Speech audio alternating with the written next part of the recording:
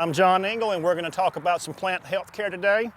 One of the ways to do some plant health care on this tree is for some root stimulant. We're going to put in some Die-Hard transplant or root reviver, and we're going to get it in the ground through the process of an auger. Now, the auger, we're going to dig some holes 8 to 10 inches deep. It's a 2.5 to 3 inch wide auger.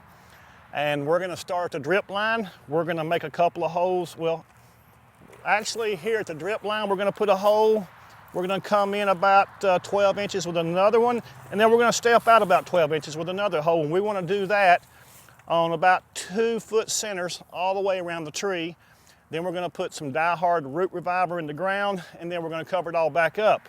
And so what we've done is we've aerated the ground, and we've treated the roots with some Die-Hard root reviver, which has mycorrhiza, sea kelp extract, and all kind of good stuff for the roots. So we're going to try to revive the roots on this tree.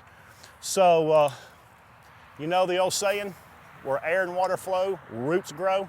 So we want to get some air down through here and get everything flowing.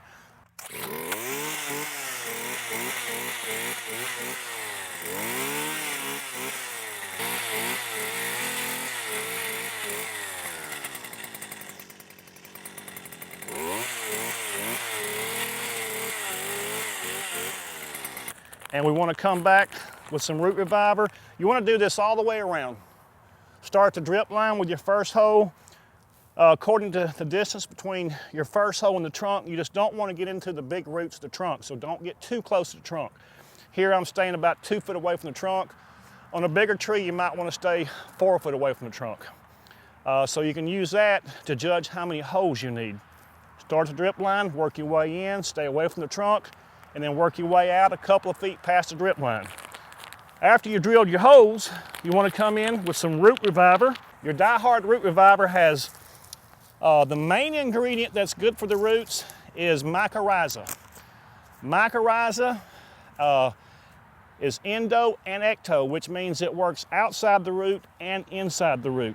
It has a symbiotic relationship with the root, and it allows the root to take up its nutrients a lot more readily than it did before. And if you've ever seen a picture of roots that are treated with mycorrhiza, a lot of good, fine, white, hairy roots, as opposed to an untreated tree that won't have as many white, fine, hairy roots. And so, I'm gonna put a little mycorrhiza in the hole, a little bit around the soil that came out of the hole, and now I'm gonna fill the hole back up if you want to. This is really good draining soil here, so we don't need to add anything like sand. If you have some really compacted soil, you might want to add some sand or some mulch to go along with the mycorrhiza.